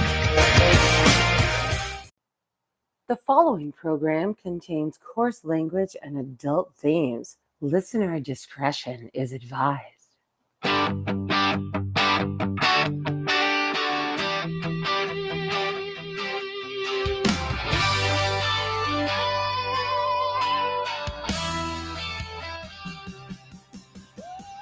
And welcome back into the program. Forgot I had the slider down, seeing if that would help with the fade out for the music. Anyway, so we're back. We're live. We're almost done. I know. I'm sad about it too. Some of you are cheering right now. That's just rude. Rude. Anyway, so we've been talking about the government largesse and the fact that they love to collect large amounts of money and then not tell us what they're doing with it, and it goes into things that we had no intention of ever funding, etc. What if I told you the same thing happened a lot of times with your charitable donations if you're not careful? So this comes from our friends over at The Blaze. Let me see, does it have a byline or was it a group? Looks like it was put out by Tyler Hummel. Gimme Shelter. The ASPCA and the group formerly known as the Humane Society are living large on your donations, according to a watchdog group that just put out a report. So want to help animals? You're better off giving locally, according to the Center for the Environment and Welfare. Animal lovers beware. Some of the biggest charities in the biz are more than happy to bite the hand that feeds them. At least that's the contention of one Washington, D.C. based watchdog. And I quote, while these groups sit in Manhattan and Washington, D.C., collecting a combined $550 million a year, they apparently only throw scraps to local shelters. So if you ever wondered about when you give your money to groups and you're like, do they actually use the money for what they tell me they're going to use it for? Yeah, well, you're not alone. And we're coming up on the holiday season, which is America's busiest giving season of the year, because that's when everybody's like, oh, this is the season of giving. We should probably do that. Americans donating roughly $3.1 billion to charities in 2023 or to humane society groups, etc. About 30% of all annual giving happens in December, with the Tuesday after Thanksgiving now known nationwide as Giving Tuesday. Yet, Americans' growing distrust of institutions is starting to affect their willingness to give. A recent study found that 57% of Americans have high trust in nonprofit organizations more than in government or the media. Still, that leaves nearly half, at least somewhat skeptical, about how their money is being spent.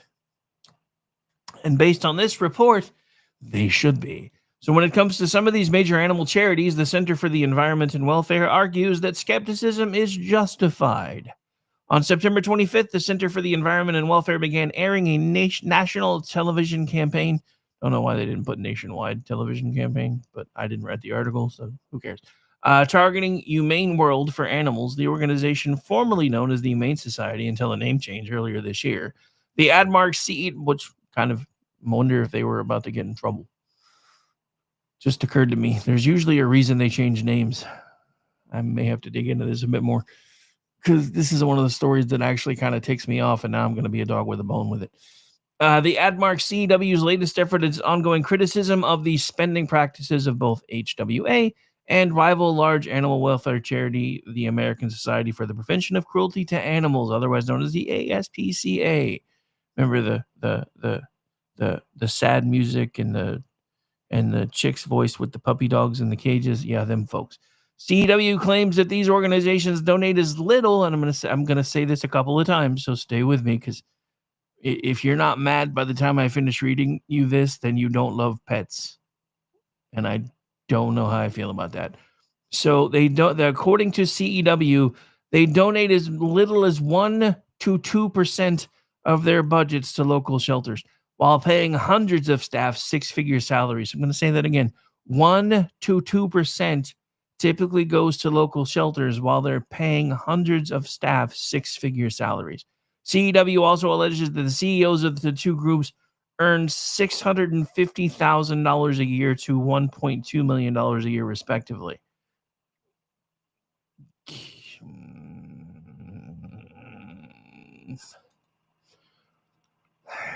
Stories like this almost make me understand Mangione. Almost. The ads, which will run throughout the holiday season, encourage viewers to donate directly to local shelters rather than national organizations. CW says it's considering expanding the campaign to other major television networks. The public donates hundreds of millions of dollars a year to these two groups because when you see their ads and names and the sad puppy dogs in the cages with the voiceovers and the sad music, and you assume they're helping local shelters, not lining their pockets. But apparently they're lining their pockets. Like I said, almost. Okay. Sorry. See, I even knew this story was coming because it was in my prep notes, and Woosah. Maybe I should try Goose Fraba. Maybe Goose Fraba will work better. Good.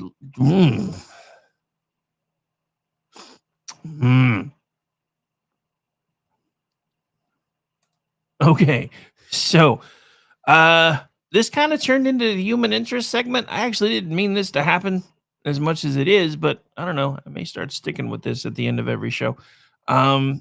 G likes to usually end on a happy note too, and I think I may start trying to figure out how to do that because I'm up here, kind of figure out how to get back down here in about the next 10, 15, 14 minutes. So what if I told you that while the NFL apparatus is leaning more into certain social issues instead of less, and doing crazy things like, hey, let's give Bad Bunny a halftime show. Nobody even barely knows who he is, and he can barely speak English, but it'll be good. All because he was in a movie. Dude makes it into Happy Gilmore too, and all of a sudden they want him doing the Super Bowl halftime show. But what if I told you that while all this is going on, the NFL seems like not only a house divided, but potentially about to be a house on fire?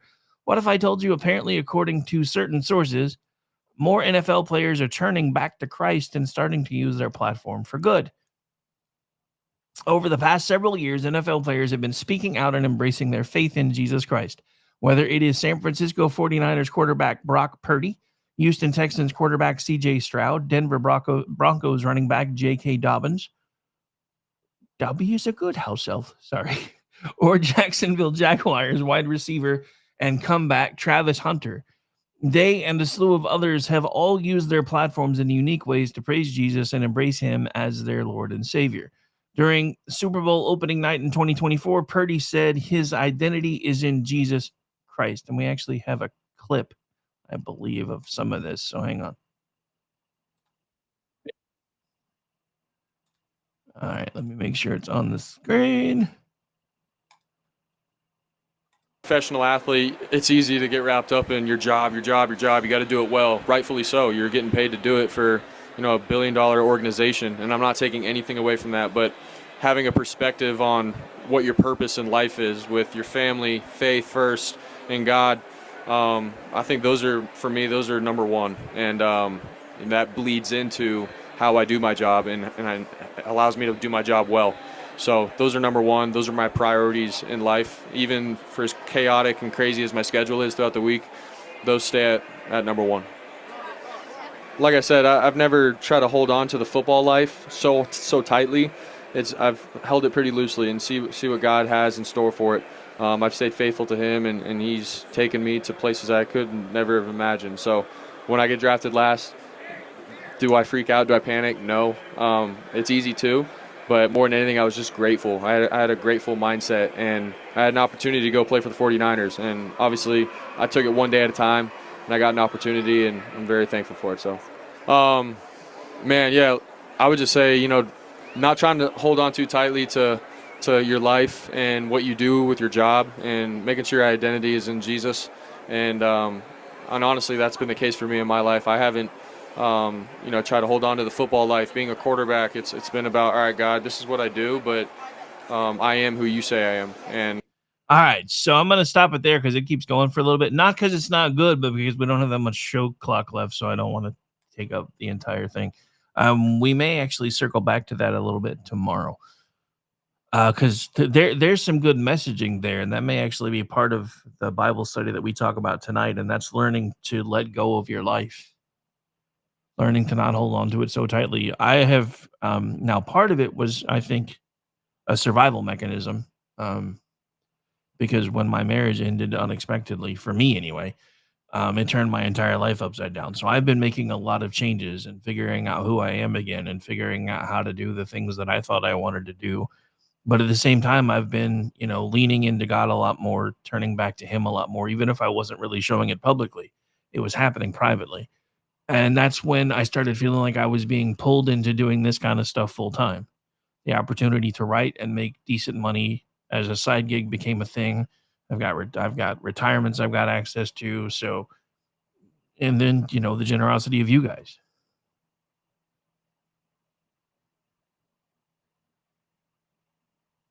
But, the whole point of all of this is this. If you are a believer in Christ, you have to be able to follow his lead. And I know that's hard sometimes. Trust me, I'm speaking from experience. It's definitely hard sometimes. But I think he summed it up well. He's like, I know this is what I do, but I am who you say I am. So if this isn't, as long as I have the ability to do this, I'm going to use it to promote you. The one thing that I will say as a bit of a side is this. I didn't realize how old I was actually becoming until I put up clips of people that are playing professional football, and to me, they look like they're 12. I'm officially old. I have tried to ignore it. I have tried to run away from it, but when all I can see is a little kid in a football jersey talking like a big boy, and this is no slight against him, I swear. It's just he's got the baby face. He's got the baby face. And it seems like lately everybody's got the baby face. I'm looking at these people that are in their 20s, and I'm like, they look like they're 12. Did I ever look that young, really? And then I remember what my senior picture looked like, and I'm like, yeah, I actually did. And now I don't. But look, I'm happy to see so many people starting to come out and talk about these kind of things publicly, because there was a time when we weren't allowed to. I remember when in my grandparents' day, There was always these conversations about when you were going out into public. Well, remember, we're going to so-and-so's house, and don't discuss religion and don't discuss politics because we don't do that. My question started becoming, why don't we do that? Because we don't want to ruffle feathers?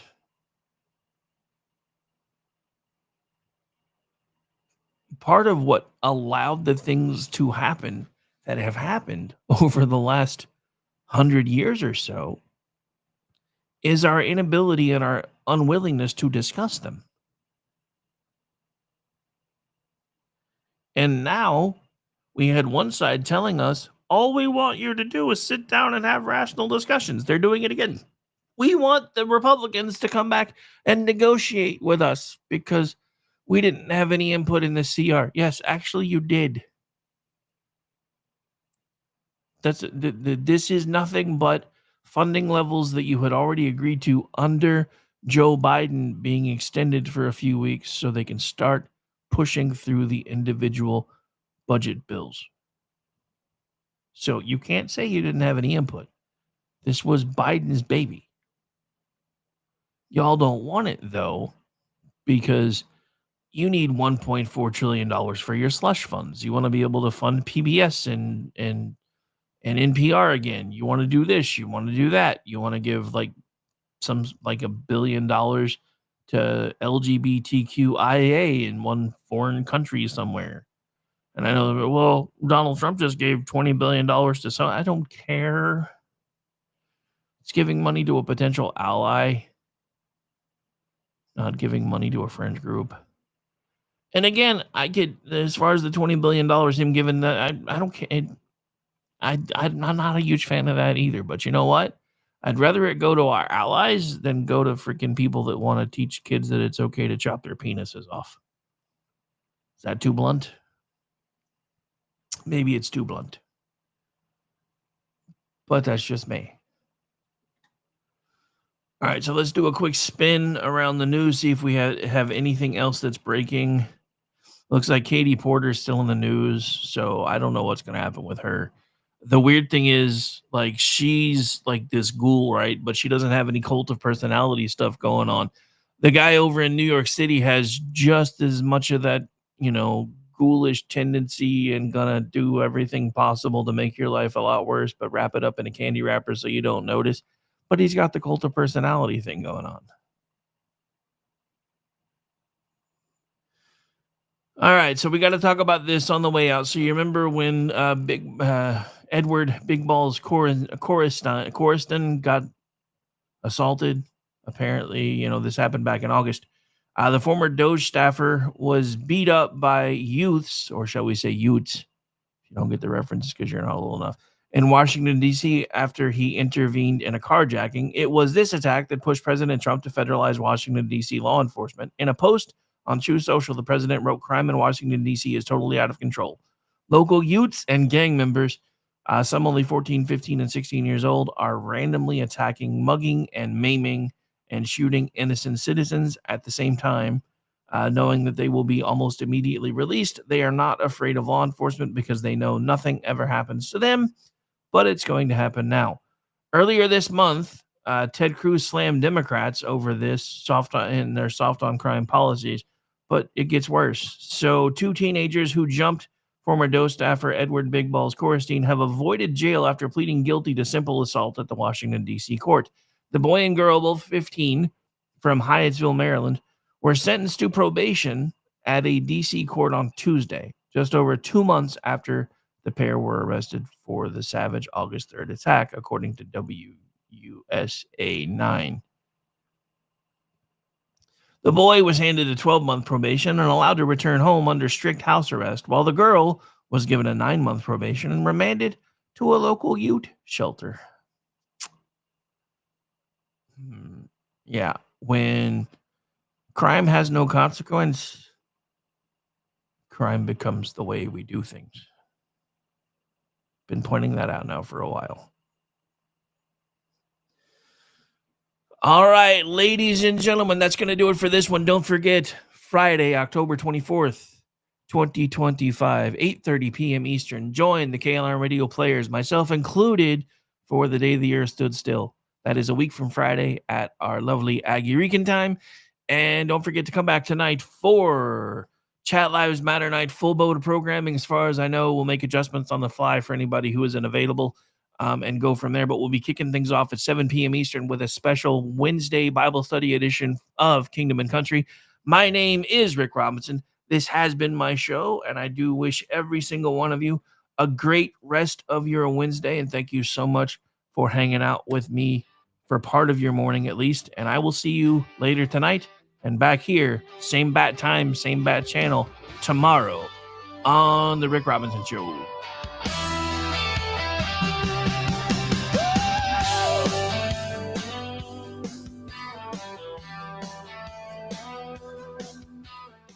Say goodnight, Gracie.